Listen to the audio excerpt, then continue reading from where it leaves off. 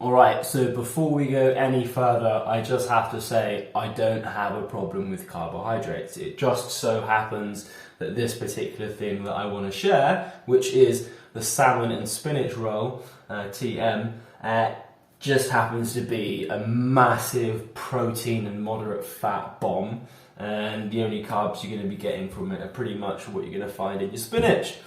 So in any case, it's going to be a roll that has been made with spinach, an egg, and also a secret ingredient, which is going to be mozzarella. And basically inside you're going to be wrapping up some cottage cheese. You can also switch this for creme fraiche or something like that, or if you want to make it, a bit more creamy and less kind of cheesy, because there's kind of two cheese things in there. And then salmon. And the most important thing is, I just want to point out that I've got some wild Alaskan salmon here. Sockeye salmon. You can't go wrong with sockeye salmon. Don't get organic salmon.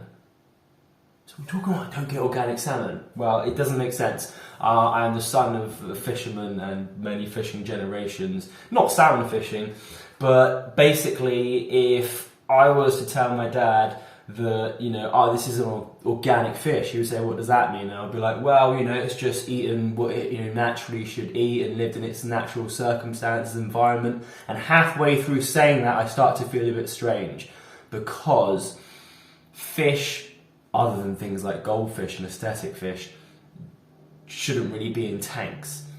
So if someone has organic salmon, then it's because they've been fed with pellets that are organic, which means they're bred in captivity, and this just doesn't really make sense. Salmon is like a mackerel or something like this. I wouldn't buy like an organic mackerel, it's just wild. Anyway, point in turn is that you'll distinctly see the difference when you look at biological or organic or even just normal quote-unquote salmon. It's very, very it comes apart very easy. It's very, very light in tone. But get yourself some Alaskan salmon and you'll be happy as Larry. So this is the spinach that's going to be going in to make the roll. It looks actually less than what it is. It's a lot. This is like 400 grams, 500 grams, or 400 like fresh spinach all stuffed in there. And we're going to blend that up. It's then going to go in with some egg whites. Now the secret to these egg whites is that you fluff them up so that the roll itself is like kind of squidgy and airy. And then of course we're just going to mix it all with like the egg yolks and then put it in the oven. When it cools down, we'll take it out, we'll layer it, re-roll it, and you can chill it again afterwards. So it's really, really simple, really, really quick. When I first was introduced to it, it blew my mind. And if you happen to have like intolerances to anything that's gluten related, you really have not got a problem here.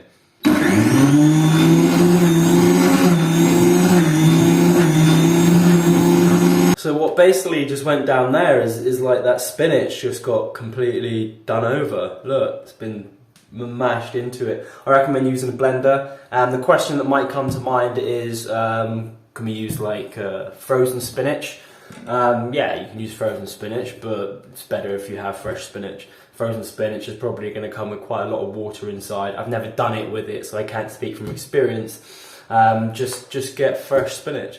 Alright, so my buddy back here, my fan oven, he's already kicking off 180 degrees Celsius, maybe a bit higher if you don't have a fan oven. Egg whites are in here, yeah? I've got like, for that amount of spinach, I said 400 grams or so, I've got like maybe 4 eggs, so there's like 4 egg whites in here. Bit of salt, I've just got a bit of Himalayan salt. I find this is not as salty as like your table salt, which I don't use in any case. Not salt. And need one of these, alright? You can do it by hand as well, kind of pumps you up a little bit. Oh, that's a problem, but here we go. So I'm just going to get going on this, get into stiff white peaks, as they say. So I'm not going to go turning it on top of my head because it's kind of slipping around in the butt. Well, it's not really, but it is. That's definitely stiff white peaks. The way that, I'm not an expert here, but the way that I can see it is it starts to get this kind of like silvery shine to it, and it looks like, oh, it's kind of changing in its constitution, and then it does, yeah, it has these like stiff white peaks, alright? Yeah, if you actually bake and stuff, it's real layman stuff, but for me it's still like, wow. Alright, we're getting in close so you can see what's going down. All I've done there is put some pepper in it, that's it. What I'm also going to do, which I don't normally do, but I want to do, is a little bit of garlic in there. Now this is fresh garlic, so I'm actually not going to go too nuts with it, because it will kind of really overpower it. If I'm cooking it for ages, then it's all good, but that's going to be enough right there. Now I put this conveniently in this bowl because it's a nightmare to get out of the blender. But basically all that spinach has just become there, and I'm looking at this now and I can tell that it's already going to be too much. But it's fine. I put the spinach in there. Spinach has gone in already. Now the eggs. This is actually, oh, there's only 2 eggs in there. Oh, that'll be fine. I put 2 eggs in there. I've got a lot of yolks. And as I said, this is the mozzarella. And now the reason we're putting the mozzarella inside is because it's really going to help glue it together. Now you can put feta cheese in this mixer as well if you want. It's absolutely fine. Keep in mind that, as I said, you know, there's a lot of cheese going on here. You don't have to use the cottage cheese that I'm going to use in a bit. I think I said that you can also use creme fraiche, but what I really meant was cream cheese, like a mascarpone or something like that. All right. So look, now I'm just mixing that up, and this is basically going to be the roll. That's it. You're going to cook that up, and that's just going to become a nice sheet of spinach, basically, within which you can roll your salmon and stuff. I have also got a different salt here that I'm going to use. It's a herby one. I'll put a little bit of that in there. Herby salt. And a bit of lemon in there as well. One idea that I just had, actually, which I'm really gutted that I don't have any green pesto, but it could be an idea to throw some green pesto in here, stir that up inside. I can't understand how that would be a bad idea. Quick interlude about spinach. Why not eat spinach every single day? Like, spinach is one of those things that's like so good for you that you could just eat it every single day, and you get most of those things that you need in terms of like micronutrients and things like that. There's so many foods like this, but spinach is definitely one of them. Just eat spinach every single day, or another leafy green, a dark leafy green, kale and stuff like that. Mix it up, but I mean, as a general thing, like spinach. Here's where the magic's gonna happen. It's a baking tray, and I've got a baking sheet here. One little trick. Rub it with butter to stop it sticking. Alright, someone told me that this wasn't going to work, and then I did it another time without the butter, and it didn't like stick full on, but it most certainly was not as easy to get off in the end as it was when I did it with butter. So we're just going to paint this mother with butter.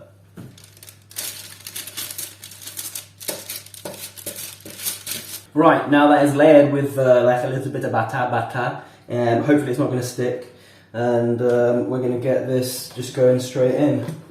Yeah, start in the middle, I recommend.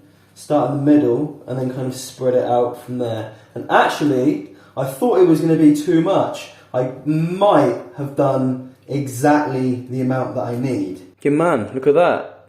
So do respect, you know, the edge of the roll, because this is literally going to be your rolling platform. As if like you're rolling a massive spliff. But you're not, of course, you're rolling salmon.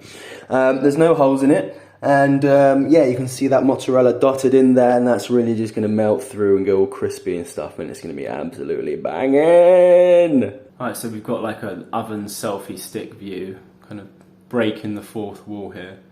But the main thing that we need to speak about now is how long are we going to cook this? Alright, I said 180 degrees. 15 minutes would be a good bet, but what you're probably going to find if you've got a hot oven like this one, fan one, is you'll get to about like 12 minutes and then you'll distinctly see it starting to burn and some bits not looking quite as cooked around the middle, so to speak. So I actually turned it down a little bit to 170.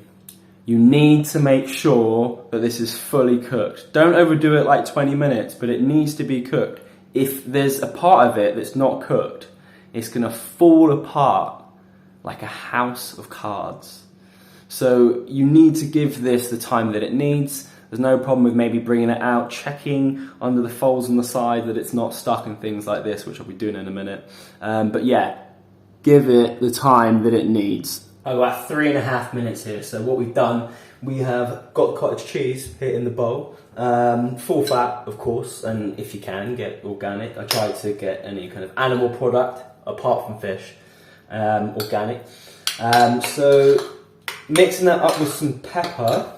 Put a little bit of my lemony, herby salt in there. This is Cornish, by the way. That's where I'm from, Cornwall. Now, you will need to season this a little bit, because if you don't season it, it can actually be a little bit bland, this thing. You know, you need to season the roll part of it, and you need to season a little bit of this as well. You know what I'm actually going to do? I'm going to scrape, just to be cool, a little bit of zest into this from the lemon that I just realised I forgot to wash. It's fine, just have a little wax. Another thing about the cottage cheese, just quickly put a bit of lemon in there, but not too much, and this connects to what I'm saying about the cottage cheese. If you get a watery cottage cheese, I say watery, liquidy, and if you know your cottage cheese, you know the ones I'm talking about. You need to drain that a little bit. You don't want too much liquid here going in the middle of this mixture. Like, you get these cottage cheeses which are quite creamy, and they're spot on, but you get other ones that are quite clumpy and then the watery. This is not so good for this roll. Trust me, it will leak and you'll look like an idiot. You'll tell everyone you're doing this amazing spinach roll, and you'll bring it out and it'll be like falling apart, liquid coming out of it. I know, because I've done it, and it's a terrible, terrible feeling to let someone down over something that sounds so great. Yes, you can use like a pre-flavoured cottage cheese, like chives or something and stuff like that. The pineapple one, man, if you want to, go for it. Pineapple, salmon, spinach roll, as you like. Alright, so here is your roll. It's just come fresh out of the oven. Now, I did actually do 170, I turned it down, and I did it a little bit longer, for maybe like 18 minutes or so. And I believe it is going to be cooked all the way through. So you're going to need to leave this to cool a little bit. So I'm sorry that, you know, patience is kind of a thing here. You're going to have to leave it cool a little bit, because if I was to put now this in straight away, if you can just do the basic mathematics, it's going to melt, right? So leave it a little bit and just, I don't know, get a little movement snack in you or something like that before the real feast starts. So yeah, I didn't wait till it was like completely stone cold. I like put it outside, and now it's just basically manageable. So the next thing you need to think about is the movement riddle, right? I need to flip this around so I can peel the stuff off it. As always with any movement task, first of all, work smarter, not harder. So I'm just going to use another baking tray. I'm going to put it on top. I'm going to flip it around. I'm going to take the top off. There you go. Okay, right. Start carefully from the edge. Yep. And slowly but surely peel back and reveal. Now this is the point where this butter has really come in handy. See that? It's just sliding off. Love it when a plan works, or should I say when, you know, something you think makes sense actually works. Yeah, now if it's going to stick, a little bit sticking here, but very tiny amount. If it sticks, it's going to be near the middle. So far, still not sticking, still not sticking, still not sticking. I actually can't believe this has gone so well. It just slides off. There you go, look at that. Banging. So now I have the layer upon which I can do all the good stuff. Now, this is like maybe 300 grams of cottage cheese. Now, it might be too much, it might be too little, I'm not exactly sure. The salmon here is almost the same, it's like 280 grams of salmon. I know what you're thinking now, you're doing the calculations and going, oh my god, there is a shit load of protein in that. Yeah, just so happens that's the way it is. I'm going to start in the middle, as I did before, and then I'm just going to roughly spread it out, and I'm mentally calculating in my mind at the moment, is this too much, is this too little? Because if I have to put more in, which I do have, then I probably want to mix it with some of the flavour, but I think that we can get away with this, and it's going to be like a thinner one, a thinner roll, which I think is always going to be fine. And it's not like I need more protein in it. So one thing that you want to do is at the side in which you start rolling, right? So if I start rolling from this side here, just leave a little bit of space, because if I put it all the way to the edge here and then I roll it, it's going to be doubled up in the middle, and yeah, it's just not going to be so great. And likewise, actually, with the other end, just kind of leave like a little gap just around the side, so when you roll it, it doesn't all come like squeezing out like the last bit of toothpaste. So I think this is actually spot on. So what you could go with now is a 1-to-1 ratio of salmon and cottage cheese in terms of grams. And we'll see in a minute if this salmon is sufficient, but I do believe that it will be so. So as you can maybe see, I really went in edge to edge. I got the spatula on the job. Top and bottom, I've gone as close to edge as possible. Now goes for the salmon. What I'm going to do before that, just a little wedge of lemon and put that on there. I'm not going to put it straight into here, because as I said, I want to keep liquid minimal in the actual thing. So I've just spread all the salmon out here, and that's of course just going to soak into salmon. One thing, just again, a little bit of pepper on that salmon there. Why not? When you're layering here, again, you're pretty much just going to go like edge to edge, right? So you can kind of jigsaw it in like you used to do at Grandma's place, or I did anyway. Do jigsaws with Grandma. It seems that my mathematics worked beyond even my own comprehension, and that 280 grams of salmon, fits exactly in there. And it was the same amount pretty much of cottage cheese as well, so it's a 1-to-1 ratio. So let's get this mother rolled. So we come to our grand finale, which is rolling this mother up. Now you might notice something I have in the background which has been pre-prepared. That's just cling film, because once it's rolled, I want to put it straight on there, roll it up tight, stick it in the fridge. And now, finally, it all makes sense. I did do a last little bit of pepper on the top, and I'm going to start by tightly rolling one end and tucking it in. From the start, make sure it's locked in, yeah? It's like a deadlift or a back squat. If there's any failure in the structural form throughout the execution, 90% of the time, it's because something was wrong at your start-up. So I'm getting a little bit worried because it's a little bit liquidy, because I left it a little bit long fanning around, setting up cameras and stuff like that. Luckily you won't be doing that. Having said that, it seems to be coming along, and you can already see it kind of pushing out at the top when I'm rolling it, right? That's why we left that gap, but did I get it right? I think I'm really surprised this is going so really, really well. It's nice and tight as well. I stick it straight on here, boom. I'm going to bring that other cling film straight up and just keep the rolling process going. Again, still tight. Keep it nice and tight. Not until you've made 2 passes. 2 passes, which is the same amount of passes you need to make on an 80/80 Imperial Walker with a snow speeder if you want to take it down. Only after 2 passes can you be sure that, alright, I can twist up the ends, and oh man, ladies and gentlemen, look at that. That is a salmon roll, and that's going to go into a fridge. I'm so excited about this little log of happiness right here. It's going to be banging. So I've actually waited all of 3.5 minutes after rolling it to eat it, because I'm really hungry. And so what I'm going to do, it's kind of just like a fillet steak basically.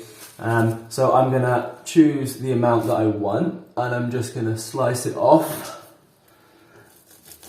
And I'm using a serrated knife, actually, and this is important because, yeah, unless you have a really, oh my god, look at that. Look at that. I need to shut up and just let you observe. Let's see if we can get some focus on that bad boy. Yes. Yeah, well, it's basically, that's the roll that we're looking at. Just like that, right? It just looks so wonderful. So, yes, serrated knife, sorry. Unless you have a really good sharp knife, you don't really want to kind of mash it all up. And a serrated knife, and I'm going to go again for about like a couple centimetre slices. Again, too thin, then it's going to fall apart. And also, this is very, very, very filling. So too thick, too thick can also be an issue. Let's go on the plate there. Now, in terms of serving this with something, yeah, whatever you want. Like, for some people, this may not be a main meal. You might be, oh, it's just a snack. Yeah, maybe you can have it as a snack, but there are a lot of calories in here. There's a hell of a lot of protein, and there's a hell of a lot of good nutrients from your spinach, and if it was truly Alaskan sockeye salmon, also from your Alaskan sockeye salmon. I think that's enough for the demo. That, my friends, for the thumbnail, is the salmon spinach roll with cottage cheese. Banging. Yeah, I'm sure this video is like super long now, unnecessarily, but I have to share. This turned out absolute bomb. Like, it's so portable, so easy. You can take it on a picnic. I generally just take a piece like this and just go straight in.